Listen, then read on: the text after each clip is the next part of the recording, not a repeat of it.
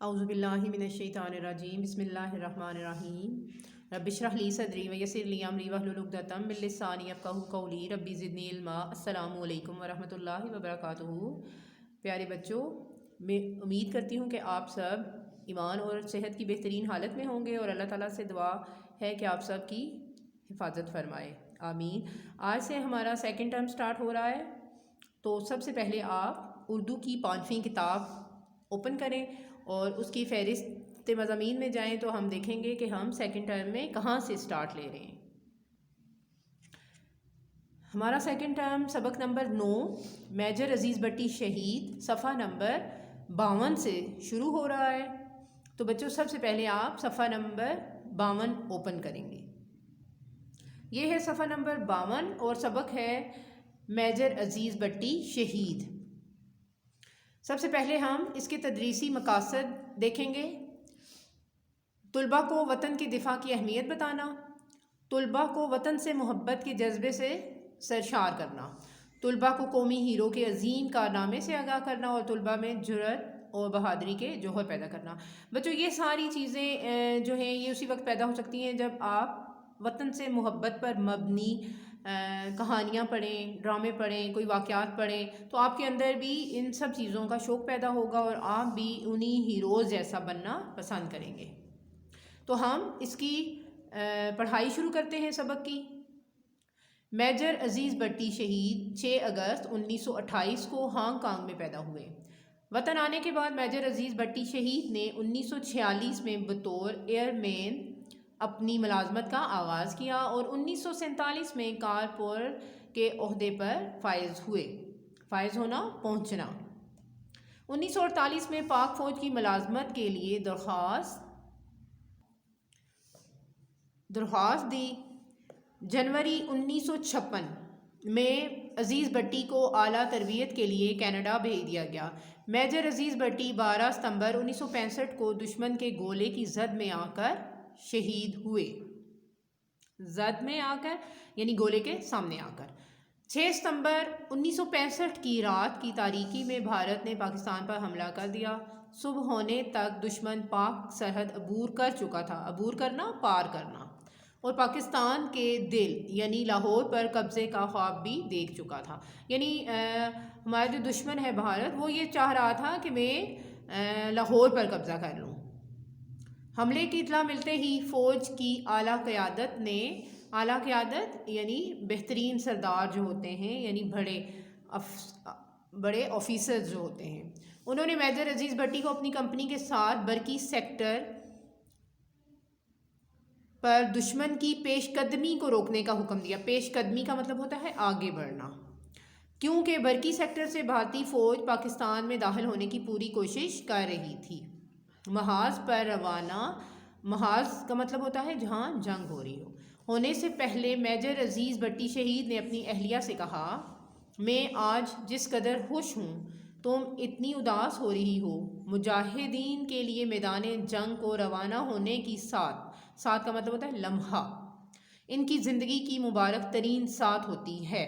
یعنی میدان جنگ میں روانہ ہونے کا لمحہ ان کی زندگی کا مبارک ترین لمحہ ہوتا ہے۔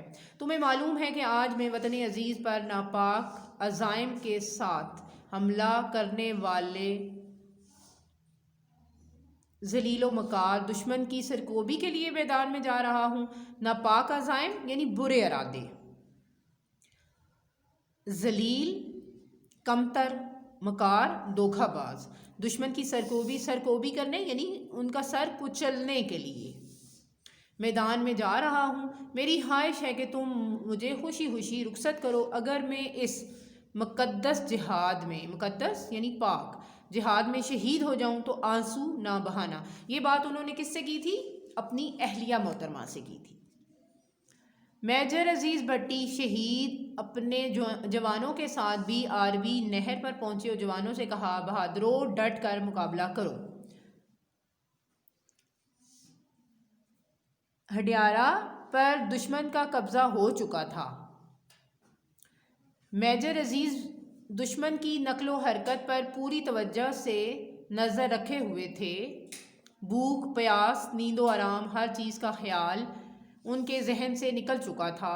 انہوں نے دشمن پر اس طرح گولے برسائے جیسے کوئی قریب کھڑا فائرنگ کر رہا ہو، یعنی کثرت سے انہوں نے گولے برسائے۔ میجر عزیز بھٹی شہید مسلسل دشمن کے حملوں کی زد میں تھے، مگر وہ اپنے فرائض بلا خوف و خطر انجام دیتے رہے۔ بلا خوف و خطر یعنی جن کو کوئی خطرہ نہ ہو۔ میجر عزیز بھٹی رات بھر جاگتے اور دشمن کے مورچوں پر گولہ باری کراتے رہے، یہاں تک کہ 7 ستمبر کی صبح کا آغاز ہوا۔ میجر عزیز بھٹی نے اپنے جوانوں کے ساتھ نماز فجر ادا کی اور رو رو کر وطن عزیز کی حفاظت اور اپنی کامیابی کے لیے دعا کی۔ نماز سے فارغ ہو کر توپ خانے کو گولہ باری کا حکم دیا، جس سے ڈیوٹی پر موجود بھارتی سپاہی بھسم ہو گئے۔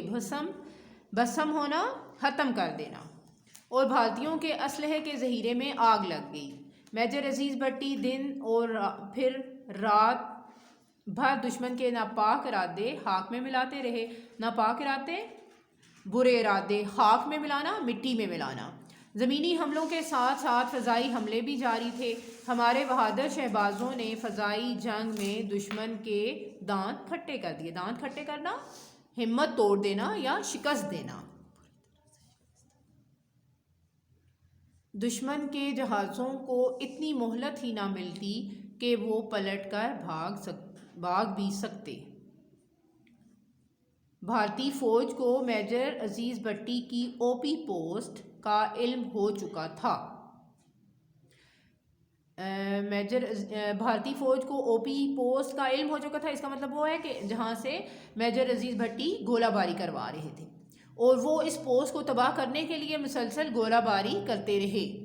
میجر عزیز بھٹی مسلسل 3 روز تک اپنے فرائض سر انجام دیتے رہے۔ آپ کے آفیسر کرنل محمد ابراہیم قریشی نے آپ کو وائرلیس پر کہا، آپ 3 روز سے محاذ پر ہیں، آپ کو آرام کی سخت ضرورت ہے، لہٰذا آپ چند روز کے لیے پیچھے آ جائیں، میں آپ کی جگہ دوسرا آفیسر بھیج رہا ہوں۔ میجر عزیز بھٹی نے جواب دیا، سر، محاذ پر پوزیشن بڑی نازک ہے، میں یہاں ٹھیک ہوں۔ 12 ستمبر کی صبح دشمن کی پیش قدمی روکنے کے بعد، پیش قدمی یعنی آگے بڑھنا، روکنے کے بعد میجر عزیز بھٹی نے نماز فجر ادا کی۔ اس کے بعد آپ نے ایک جوان کو نئی وردی لانے کے لیے بھیجا۔ وہ وردی تو لے آیا مگر کسی اور افسر کی۔ اس پر آپ نے جوان سے کہا، یہ وردی میری نہیں، جاؤ میری وردی لے کر آؤ۔ وردی اور کفن اپنا ہی اچھا لگتا ہے۔ اسی دوران جب وہ بات کر رہے تھے، اسی دوران میں بھارتی بریگیڈ نے گولہ باری شروع کر دی۔ آپ نے جان کی پرواہ نہ کرتے ہوئے نہر کے کنارے اونچی جگہ پر کھڑے ہو کر بھارتی مورچوں کا جائزہ لیا اور جوابی کارروائی شروع کر دی۔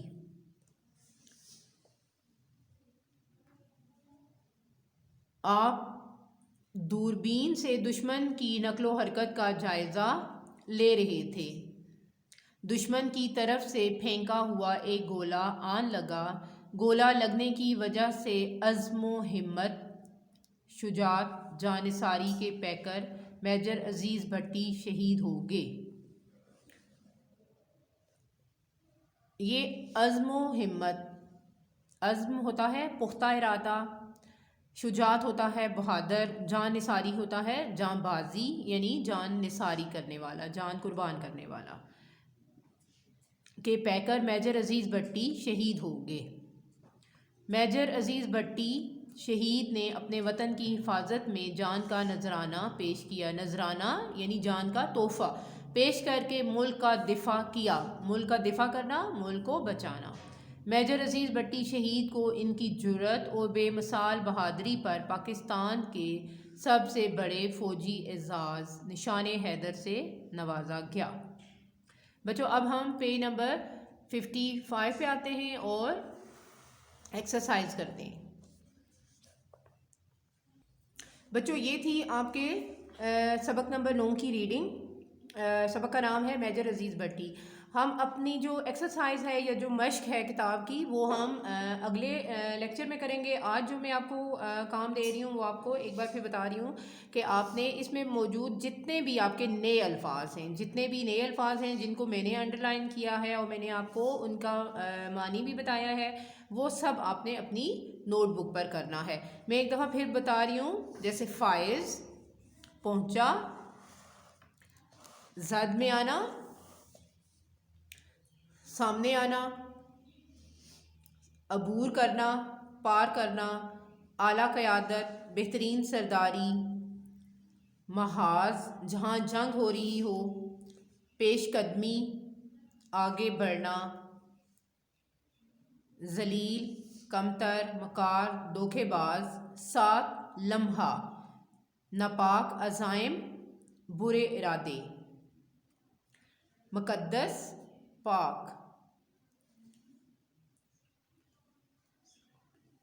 اور سرکوبی سر کچلنا یعنی ان کا خاتمہ کر دینا. اگلے پیج پہ آئیں. پھر یہاں پہ ہے زد، حملوں کی زد میں یعنی وہ سامنے تھے. بلا خوف و خطر، کوئی خطرہ نہ ہو، بھسم کر دینا، ختم کر دینا، دانت کھٹے کرنا، بہترین شکست دینا. اس کے علاوہ ہے جی اور کون سا آپ کے لیے نیا ہے؟ پیش قدمی، ہم اس کو دوبارہ مطلب پڑھ رہے ہیں. پیش قدمی کا مطلب ہے آگے بڑھنا. اچھا، محاذ وہی بات ہے جہاں جو مارکا ہو رہا ہو، جہاں پہ جنگ ہو رہی ہے تو اس کو ہم محاذ کہتے ہیں. اس کے بعد ہے یہاں پہ یہ دیکھیں فضائی جنگ ہے، اس کا مطلب ہے ہوائی جنگ، جیسے جہازوں کے ذریعے سے جنگ کرنا جس میں ہمارے لڑاکا طیارے جو ہیں وہ حصہ لیتے ہیں. اس کے علاوہ اسی اثناء میں، اسی اثناء کیا ہوتا ہے؟ اسی دوران. اور پھر ہے عزم ارادہ، ہمت بہادری، طاقت شجاعت، بہادری دلیری، جاں نثاری جاں بازی یا جاں نثار کرنا. پیکر، یہ لفظ کیا ہے؟ پیکر. پیکر کا مطلب ہوتا ہے مجسمہ. دفاع بچانا، اپنے ملک کو بچانا. اور پھر آ گیا جرأت. جرأت کا مطلب ہے بہادری و دلیری. اور بڑا اعزاز، اعزاز ہوتا ہے وہ جس کی کوئی مثال نہ ہو. بڑا اعزاز یعنی بڑا انعام. بے مثال، جس کی کوئی مثال نہ ہو، یعنی ان کی بہادری ایسی تھی جس کی کوئی مثال نہیں ملتی. بچوں یہ تھا آپ کا سیکنڈ ٹرم کا لیکچر نمبر 1. اور آپ کو آپ کے میں نے الفاظ معنی جو آپ کا ہوم ورک ہے وہ بھی بتا دیا ہے. آپ نے بہت اچھے طریقے سے اس کو پڑھنا بھی ہے، اس سارے چیپٹر کو، الفاظ معنی کو نوٹ بکس میں بہت اچھے طریقے سے لکھنا ہے. اپنا بہت سارا خیال رکھیے گا. فی امان اللہ.